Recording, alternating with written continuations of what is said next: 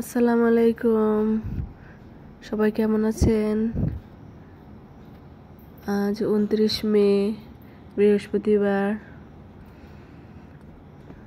বিকাল 6টার দিকে আমরা আমাদের প্রিয় আবাসস্থল পাইকগাছা পানি কেন্দ্র থেকে আমাদের পরবর্তী গন্তব্যস্থল বাংলাদেশ মৎস্য গবেষণা ইনস্টিটিউট সদর দপ্তর ময়মনসিংহের উদ্দেশ্যে রওনা দিলাম।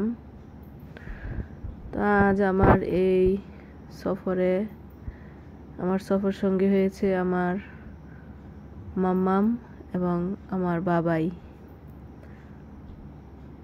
তো সন্ধ্যা 6টার দিকে কথার সবুর আঙ্কেল আসে। তো ওনার বেনি করেই আমরা পরিবহন কাউন্টারে আসি। তো এখানে রুস্তম ছিল, আমাদের আরও অনেক শুভাকাঙ্ক্ষী ছিল। ওনারা সুন্দর মতন আমাদেরকে বাসে উঠিয়ে দেয়। তো বাস 6:30টার দিকে ছেড়ে দেয় স্টেশন থেকে। তো বাসে উঠি, বাচ্চা দুইটা আস্তে করে শুয়ে পড়ে। ওরা আসলে জার্নি করতে কমফোর্টেবল নয়, জার্নি করতে পছন্দ করে না। তো আমরা প্রতিবারের মতো এবারও বাসের সামনের সিটগুলো নিয়েছি, যাতে সব কিছু দেখা যায় এবং ভালো লাগে। তো আমাদের বাসের ড্রাইভার যিনি ছিলেন উনি খুবই নামাজি লোক ছিলেন, যার কারণে উনি প্রত্যেক নামাজের সময় বাস থামিয়ে রেখে একদম মসজিদে গিয়ে নামাজ আদায় করছেন। এই বিষয়টা আমাদের খুব ভালো লাগছে। আরশেরও খুব ভালো লেগেছে বিষয়টা, যে আঙ্কেল কত ভালো মানুষ, এত পরিশ্রম করে তাও সময় মতো মসজিদে নামাজ আদায় করে। তো এই তো যাচ্ছিলাম, যেতে যেতে অনেকগুলো শহর পরে। তো এর মধ্যে আমাদের সামনে যশোর শহর চলে আসছে। এই যে যশোরের মনিহার সিনেমা হল দেখতে পাচ্ছি। অনেক পুরানো শহর যশোর শহর, খুবই সুন্দর। এই যে দেখতেছি আমরা, হালকা বৃষ্টি হচ্ছিল।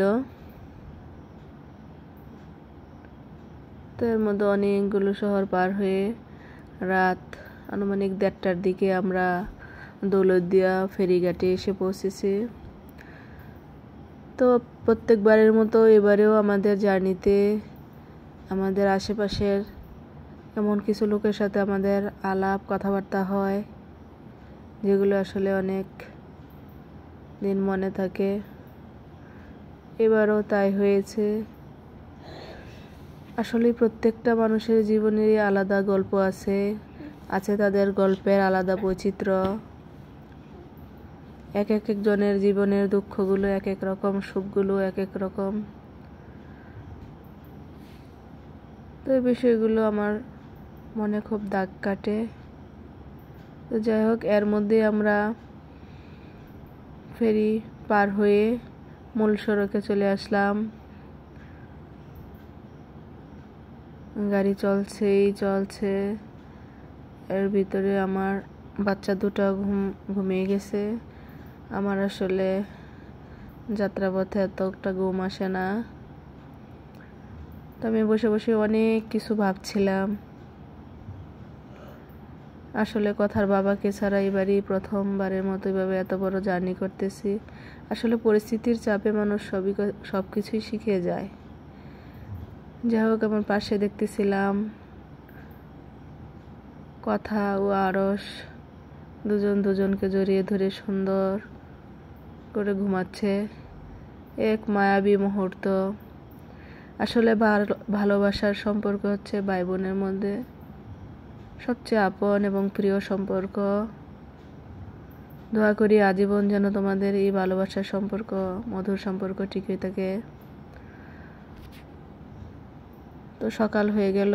এর মধ্যে কথার বাবা গাড়ি নিয়ে চলে আসছে। উঠে পড়লাম গাড়িতে আমরা। আরশ তার ড্রাইভার আঙ্কেলের পাশে সামনের সিটে বসেছে, আর আমরা তিনজন হচ্ছে পিছনে বসেছি।